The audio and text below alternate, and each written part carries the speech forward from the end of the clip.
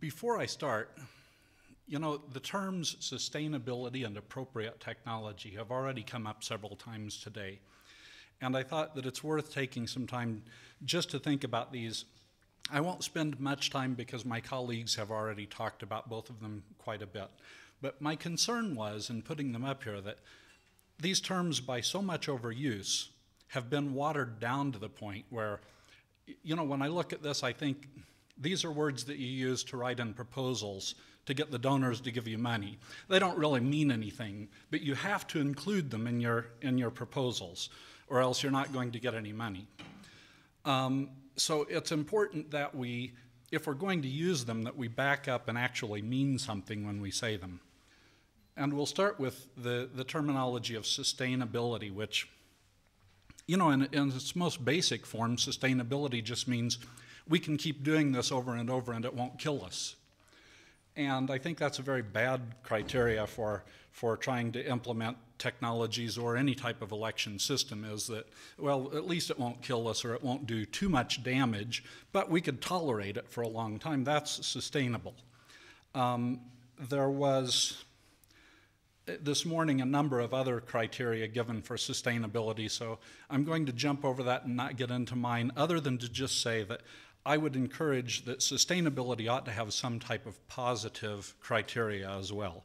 That for something to be sustainable in terms of an electoral process, it ought to accomplish something good, not just be something that's not going to cause too much harm. And very frequently, when we move to the next one, appropriate technology, I've seen inappropriate technologies so often cause harm to elections that I think the sustainability part has to have a major focus on the good. Now, appropriate technology, I do want to talk about, just for a few more minutes, the meaning of that. Because I keep hearing this term every country I go to now. And I've done this now in 25 countries. Every country talks about appropriate technology, and it's come to mean so many different things. Probably the most recent distortion of the terminology that I've heard is one country that I've worked in Asia, where the terminology appropriate technology has come to mean, and everyone on the election commission will tell you this, that good technology, appropriate technology for elections, is technology which minimizes human involvement. Can you imagine this for elections? You know, to minimize human involvement. And I know that they mean this having to do with the counting and tabulation of results. But they say it like it's just a blanket definition of what's appropriate for elections, minimize human involvement. So I've suggested to them that, you know, I can write a computer program that will announce the results of the election before we vote, and that would then be the most appropriate technology possible using that criteria. To really get back to appropriate technology, I think that nobody should ever use the terminology without knowing where it came from. And this terminology was first coined by E.F. Schumacher. Schumacher was the author of a book called Small is Beautiful. He was an economist in the UK. His book was about economy, about economics. It was entitled Small is Beautiful, Economics as If People Mattered. And he particularly complained about technology that was exported into other countries. He said, I think, foisted onto other countries because developing countries wanted to have emerging markets.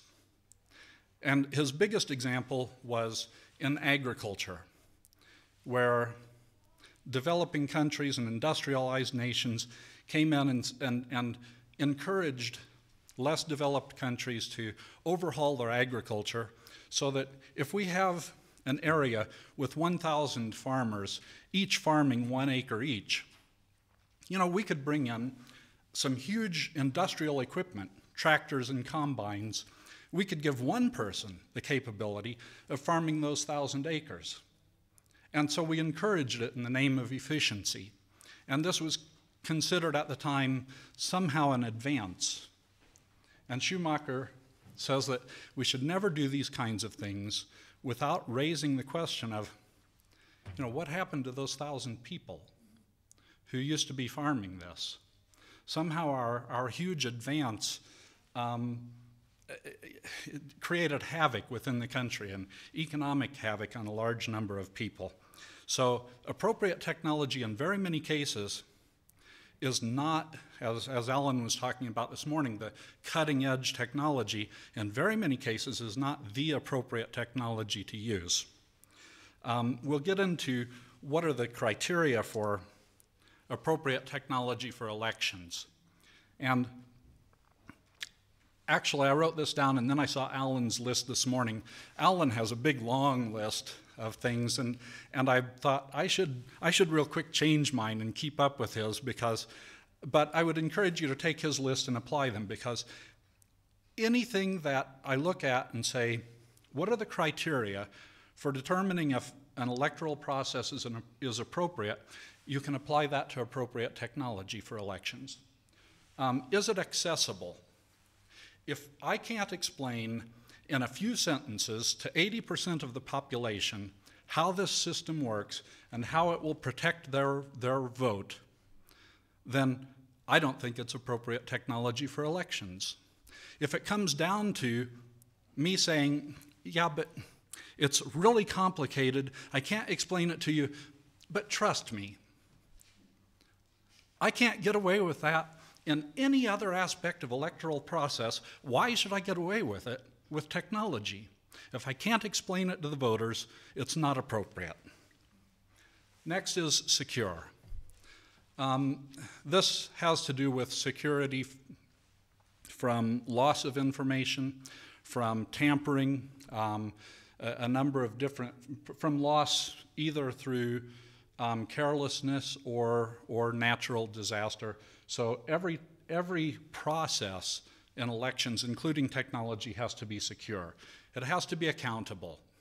I want to know, with every process of elections, who did what. If there's a vote count, I want somebody's signature on it. And I hate these systems that you go touch a screen and the next day somebody's going to tell you who won the election, and I can have no way of going back and doing a recount or finding out, did it really correctly tabulate, or who was accountable for actually publishing this result and ensuring that it's accurate, that it's auditable. And this goes back to the United States elections. We've done a couple of them in a row, 2000 and 2004, where when we tried to go back and audit the elections, and it didn't matter whether it was an old technology like punching cards, and we fought over hanging chads, and there was no real auditability to the process. So we decided to fix that with high technology voting machines, and in 2004, we had touchscreen voting with no paper trail. So once again, completely unauditable processes. For it to be appropriate for elections, it has to be auditable. And finally, transparent. I'll go back to what I said in the beginning, and I won't repeat it other than very briefly to say, if I can't explain it to almost every voter simply how this works, then it's obscure. And actually, I want to say one more thing about transparent. I'm racing, but the transparency has come to mean in so many different places. I go and I hear people talk about transparency, and what they mean is the ballot box ought to be transparent, while the counting and tabulating procedures can be completely obscure and impenetrable. But if we have a transparent ballot box, then somehow that's a transparent election. The process itself should be transparent so that I can see every process of the way, who did what, and confirm that the person who registered was the person who voted, the vote that was cast was the vote that got counted, the count is what got tabulated in the final publication. There have been a number of studies over the last 2 decades about technology projects failing. In 2000, the Gartner Group said that 30% of technology projects fail. That was a huge advance over 1990, when 70% of technology projects failed.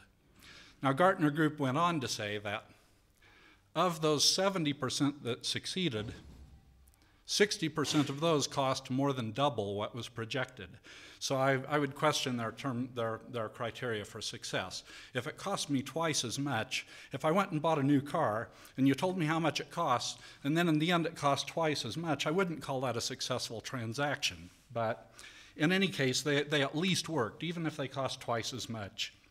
The reasons that were identified for the failure were, first of all, poor communication. And this comes down to the technology people coming in with a solution, but not really understanding the requirements of elections. The election management body not really understanding the technology, and somehow a failure to meet and really understand each other so that there's an understanding of the requirements and how those requirements are going to be met. Inadequate resource planning. I already said a large number of these projects end up costing twice as much as was planned. But resources also include staffing, time, and time is grossly underestimated frequently. Unrealistic schedules is the next one. We technology people, I've been in technology for more than 30 years now, and we think that we can do things overnight. I still do. If someone asks me how long it will take me to develop a system, and I answer that, I'm always off by a factor of 2.5. I've learned now to figure out if I think that I can do it in 8 weeks, to take that times 2.5, and I usually can give a fairly accurate estimate of how long it takes.